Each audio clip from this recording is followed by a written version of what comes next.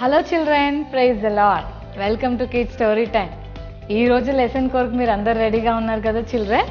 Okay, let's start. పిల్లలు, ఒక ఊర్లో ఒక నది ఉంది పిల్లలు. మరి ఆ నీళ్ళలో చాలా రకాల చేపలు ఉన్నాయి పిల్లలు. అయితే అన్ని ఫిషెస్ కంటే ఒక ఫిష్ చాలా స్పెషల్గా ఉంది. ప్రెషియస్ స్టోన్స్ తోటి దాని బాడీ అంతా కవర్ చేసింది. ఆ స్టోన్స్ చాలా షైనింగ్గా ఉన్నాయన్నమాట. చుట్టుపక్కనున్న చేపల కంటే ఈ చేప చాలా మెరిసిపోతుంది పిల్లలు. అప్పుడు చుట్టుపక్కనున్న ఫిషెస్ అన్నీ కూడా దాన్ని చూసి, అబ్బా నువ్వు ఎంత బ్యూటిఫుల్గా ఉన్నావు, నీ దగ్గర అన్ని రకాల కలర్స్ కనిపిస్తున్నాయి, నిన్ను చూస్తుంటే రెయిన్బో ఫిష్ అని పిలవాలనిపిస్తుంది. హే రెయిన్బో ఫిష్, ఎంత బ్యూటిఫుల్గా ఉన్నావు తెలుసా, నీ మీద ఉన్న ఆ ప్రెషియస్ స్టోన్స్ ఎంత బాగా మెరుస్తున్నాయో నాకు బాగా నచ్చింది అని చుట్టుపక్కల ఉన్న ఫిషెస్ అన్నీ కూడా దీన్ని అప్రిషియేట్ చేయడం మొదలుపెట్టాయి. పక్కన వెళ్తున్న ఆ రెయిన్బో ఫిష్ని చూడగానే అన్ని దగ్గరికి వచ్చి, వావ్ ఎంత బ్యూటిఫుల్గా ఉంది కదా అని సంతోషపడుతుంటే, ఆ గ్రూప్లో ఉన్న ఒక ఫిష్ ఏం చేసిందంటే, ఏ రెయిన్బో ఫిష్, నీ మీద చాలా స్టోన్స్ ఉన్నాయి కదా, కనీసం నీ స్టోన్స్లో ఒక్క స్టోన్ అయినా నాకు ఇస్తావా, నాకు ఒక్క స్టోన్ ఇస్తే నీ దగ్గరున్న మెరుపులో కొంచెమైనా నేను తీసుకుంటాను, ప్లీజ్ నాకు ఇస్తావా అని అడిగితే, అమ్మో నా స్టోను నీకిమ్మంటావా, నేను అస్సలు ఇవ్వనంటే ఇవ్వను, వెళ్ళు అవతలకి, నా మీద ఉన్న మెరుపులు చూసావా, నేను ఎంత మెరిసిపోతున్నానో చూసావా, నాలాగా మీరెవ్వరూ ఉండలేరు, మీ వల్ల కాదు, అయినా మీలాంటి ఫిషెస్కి నేనెందుకు ఇవ్వాలి నా స్టోన్, నేను ఇవ్వనంటే ఇవ్వను అని సీరియస్గా వెళ్ళిపోయింది పిల్లలు.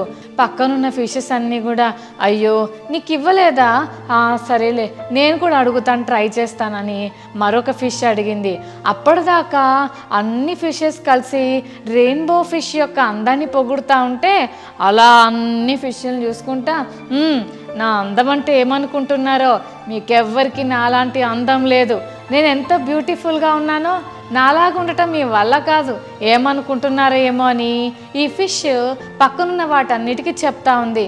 అన్ని చేపలు కలిసి దీని అందాన్ని చూసి భలే మెచ్చుకున్నాయని చెప్పాను కదా పిల్లలు. ఎప్పుడైతే ఒక ఫిష్ వైపు చూసి దాన్ని తక్కువ చేసి మాట్లాడిందో, పక్కనున్న చేపలన్నీ కూడా బాధపడ్డాయి. మరో ఫిష్ వచ్చి, ప్లీజ్ రెయిన్బో ఫిష్, నాకన్నా ఇస్తావా, ఒక్క స్టోనే, ఇన్ని స్టోన్స్ నీ దగ్గర ఉన్నాయి కదా, నాకు ఒక్కటి ఇవ్వవా అని అడిగితే, అది కూడా నేను ఇవ్వనంటే ఇవ్వను, ఎందుకు ఇవ్వాలి నేను మీకు లేదు, నాకుంది కాబట్టి నేను వేసుకుంటాను, మీకు లేదు కాబట్టి అలాగే ఉండండి, నా అంత అందమైన ఫిష్ ఈ వాటర్లో ఎక్కడా లేదని బాగా గర్వపడుతుంది పిల్లలు. అలా చేపలన్నీ చూసి, ఇక దీనితో మనం మాట్లాడటం వేస్ట్, చాలా పొగరుగా ఉంది, తన దగ్గర ఉన్న ఒక్క స్టోన్ కూడా మనకి ఇవ్వనప్పుడు దీని అందాన్ని చూసి మనం ఎందుకు బాగా అప్రిషియేట్ చేయాలి అని ఆ ఫిష్ ఎన్నిసార్లు వాళ్ళ మధ్యలో నుంచి వెళ్తున్నా ఒక్కళ్ళు కూడా పట్టించుకోవడం మానేశారు. వావ్ బ్యూటిఫుల్ అంటున్న ఫిషెస్ అన్నీ కూడా సైలెంట్గా ఉండటం స్టార్ట్ చేశాయి. ఎవ్వరూ పొగడతలేదు. అదేంటి, నేను ప్రతిసారి బయటకు వచ్చినప్పుడు రెయిన్బో ఫిష్ సూపర్ ఎక్సలెంట్ అని అన్ని చేపలు అనేవి కదా, ఇప్పుడు ఏంటి నన్ను ఎవరు పట్టించుకోవట్లేదు అని చాలా ఆలోచించి బాధపడటం మొదలుపెట్టింది. అవును, నన్ను ఎవరు అప్రిషియేట్ చేయట్లేదు, నన్ను ఎవరు పొగడతలేదు అని చాలా బాధతో కింద వాటర్లో ఉన్న ఒక చోటికి వెళ్ళిపోయి చాలా బాధతో ఉంటే, వాటర్లో కింద అడుగు భాగంలో ఒక రాయి కింద ఒక ఆక్టోపస్ ఉంది. ఆ ఆక్టోపస్ చూసి, ఏ రెయిన్బో ఫిష్, ఎందుకు అలా సాడ్గా ఉన్నావు, ఏం జరిగిందంటే, అప్పుడు ఈ ఫిష్ చెప్పింది, నేను అందంగా ఉన్నానని చాలా హ్యాపీగా ఫీల్ అయ్యాను, ఎందుకంటే నా పక్కనున్న చేపలన్నీ కూడా నేను బ్యూటిఫుల్గా ఉన్నానని, నా బాడీ మీద చాలా ప్రెషియస్ స్టోన్స్ ఉండటం వల్ల నేను చాలా మెరుస్తున్నాయని అన్నీ పొగుడుతుంటే చాలా హ్యాపీగా అనిపించింది. ఈ మధ్యకాలంలో నన్ను ఎవరు పట్టించుకోకపోయేసరికి నాకు చాలా బాధ అనిపిస్తుంది ఆక్టోపస్, నన్ను ఎవరు కేర్ చేయట్లేదు, నువ్వు బ్యూటిఫుల్గా ఉన్నావని ఒక్కళ్ళు కూడా అనలేదు తెలుసా అని బాధతో చెప్పినప్పుడు ఆక్టోపస్ అనింది, కారణం నువ్వే. నేనేం చేశాను అని అంటే, నిజమే, నీ దగ్గర ఇన్ని ప్రెషస్ స్టోన్స్ పెట్టుకున్నావు, ఒక్క స్టోన్ అడిగితే నువ్వు ఇవ్వటానికి ఎంత బాధపడ్డావు కదా. ఇప్పుడు నేను నీకు ఒక సొల్యూషన్ చెప్తాను, చేస్తావా? నీ దగ్గర ఉన్న ఆ ప్రెషస్ స్టోన్స్లో నిన్ను అడిగిన వాళ్ళందరికీ కూడా ఆ స్టోన్ ఇవ్వటం స్టార్ట్ చెయ్యి. అప్పుడు అందరూ నీతో ఫ్రెండ్షిప్ చేస్తూ నీతో మంచిగా ఉంటారని చెప్పింది. అప్పుడు ఈ ఫిష్ అనింది, రెయిన్బో ఫిష్, అమ్మో నా ప్రెషస్ స్టోన్స్ అని నేను అందరికి ఇస్తే మరి నాకేముంటాయి, నేను బోడీ అయిపోతాను కదా, నేను మొత్తము అన్ని స్టోన్స్ పోగొట్టుకుంటే నన్ను అందరు ఎక్కిరిస్తారు, ఇప్పుడు నాతో ఎవ్వరు మాట్లాడట్లేదు, అందరూ నా దోస్తు కచ్చి అని చెప్పేశారు, ఇప్పుడు నాకు ఫ్రెండ్సే లేరు తెలుసా అని ఆక్టోపస్తో తన బాధను షేర్ చేసుకున్నప్పుడు ఆక్టోపస్ అంది, మళ్ళీ చెప్తున్నా నా మాట విను, నీ దగ్గర అన్నీ ఉండి బాధపడటం కంటే నీ దగ్గర నుంచి అడుగుతున్న వాళ్ళందరికీ నీ దగ్గరున్న స్టోన్స్ ఇచ్చి చూడు, అసలు నీకు ఎంత హ్యాపీగా అనిపిస్తుందో అని.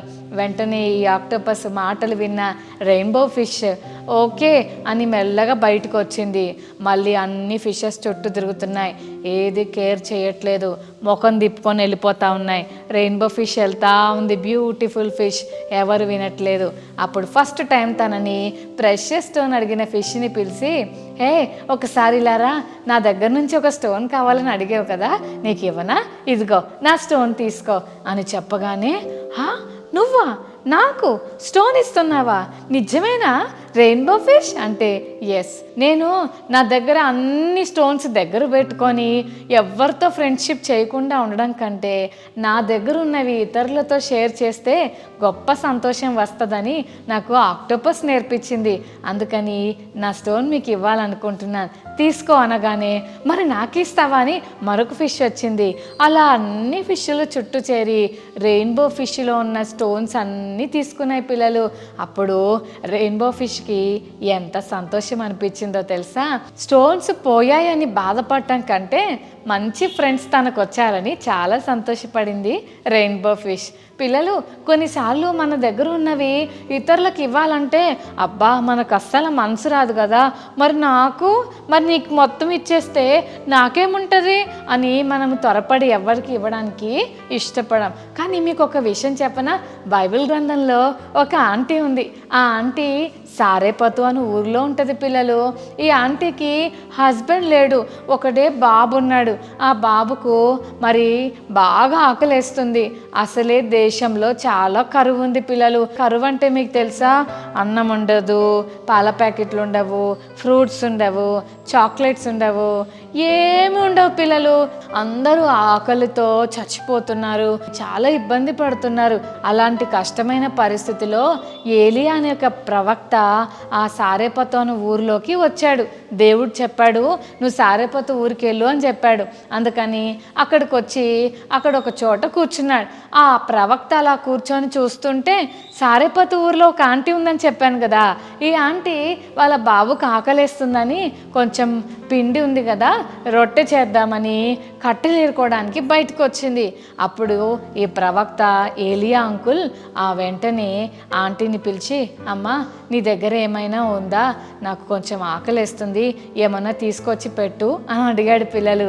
ఆంటీ అనింది, అయ్యా నా దగ్గర ఏముంది, కొంచెం పిండి ఉంది, కొంచెం నూనె ఉంది, ఉన్నదేదో వండుకొని మా బాబుకు పెట్టి నేను తిని చచ్చిపోదాం అనుకున్నాము అని అంటే, అవునమ్మా నువ్వేం బాధపడకు, నీ దగ్గర ఏదుందో కొంచెం నాకు తీసుకురా, దేవుడు నీకు సహాయం చేస్తాడని చెప్పాడు పిల్లలు. అమ్మో నీకు పెడితే నాకేముంటుంది, మాకు మా బాబుకి సరిపోదు అని ఆంటీ దాచుకోలేదు. కానీ దేవుని సేవకుడుగా ఆయనను గౌరవించి కొంచెమే ఉన్నా ఆ కొంచెంలో కొంచెం తీసుకెళ్ళి చిన్న రొట్టె చేసి ఆ దేవుని సేవకుడైన ఏలియా అంకుల్కి ఇచ్చింది పిల్లలు. ఆ పూటకి వారి భోజనం గడిసిపోయింది. ఆ రొట్టె తినేసి పడుకున్నారు.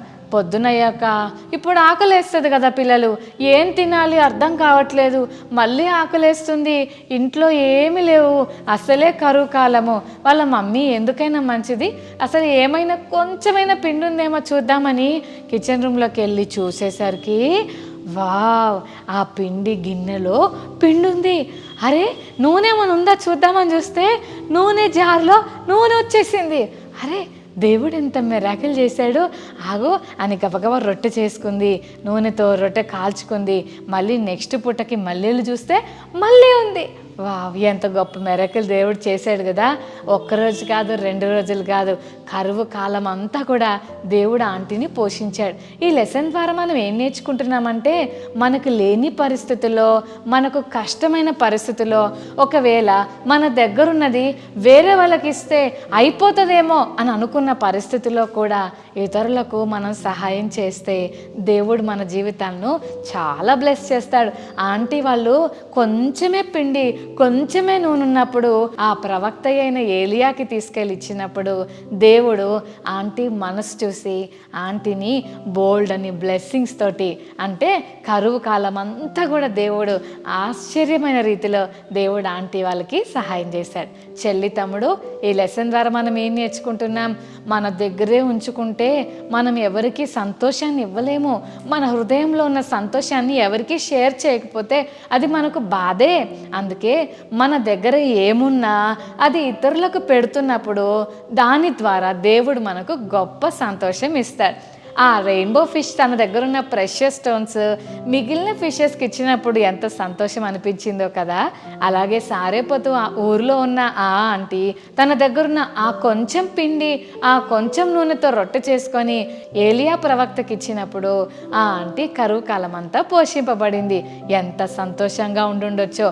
నేను ఇవ్వను, ఇది నాదే అని గనుక ఆంటీ అనుకొని ఉండుంటే కరువులో ఎప్పుడో చనిపోయేవాళ్ళు. కానీ దాచిపెట్టుకోకుండా ఏలియా అంకుల్కి ఇవ్వటం వల్ల దేవుడు వారిని కరువు కాలం అంతా పోషించాడు. కాబట్టి ఏం నేర్చుకుంటున్నాం? ఇతరులకు మనం ఇవ్వాలి. ఇచ్చినప్పుడే దేవుడు మనల్ని బ్లెస్ చేస్తాడు. ఓకేనా చిల్డ్రన్? అంతేకాదు, ఎవరికైనా మనం ఏదైనా ఇస్తే మన హృదయంలో చాలా సంతోషం అనిపిస్తుంది. స్కూల్లో కానీ, మీ ఇంటి దగ్గర కానీ, మీ ఇరుగు పొరుగు వాళ్ళతో కానీ ఎవరైనా పూర్ పీపుల్ మీకు కనిపిస్తే, ఎవరికైనా సహాయం చేయాల్సిన పరిస్థితి వస్తే తప్పకుండా చేసి చూడండి. మీ హృదయంలో చాలా సంతోషం అనిపిస్తుంది. ట్రై చేద్దామా? ఓకే చిల్డ్రన్, మరి అలాంటి మనసు, ఇతరులకు పెట్టే మనసు మనకి ఇవ్వాలని ఏసీని అడుగుదామా? ఓకే, కళ్ళు మూసుకొని చిల్డ్రన్ ప్రార్థన చేసుకుందాం. ప్రేమగల తండ్రి, మీకు వందనాలు. రెయిన్బో ఫిష్ తనకున్న ప్రెషియస్ స్టోన్స్ ఇతరులకు ఇచ్చినప్పుడు ఎంత సంతోషాన్ని అనుభవించిందో, సారేపోతు ఊరిలో ఉన్న ఆ ఆంటీ తన దగ్గరున్న ఆ కొంచెం పిండి, కొంచెం నూనెతో రొట్టె చేసి ఏలియా ప్రవక్తకి ఇచ్చినప్పుడు ఎంత సంతోషం వచ్చిందో. అంతేకాదు, కరువు కాలం అంతా ఆంటీకి పోషణ జరిగింది. నిజంగా మా జీవితాల్లో కూడా మీరు మాకు ఏది ఇచ్చారో అది ఇతరులకు ఇవ్వటం మాకు నేర్పించండి. ఇతరులకు ఇవ్వటం ద్వారా మాకు గొప్ప సంతోషం కలుగుతుందని నీ మాటల ద్వారా మాకు తెలియజేసినందుకు వందనాలు. ఈ రోజు నుంచి అమ్మో నాది నేను ఎవ్వరికి ఇవ్వను అన్న మనసు నుంచి మాకు విడుదలనిచ్చి అనేకులకు ఇచ్చేవారిగా మమ్మల్ని అందరినీ చేయమని యేసు నామమున వేడుకొని ప్రార్థిస్తున్నాం తండ్రి. ఆమేన్, ఆమేన్.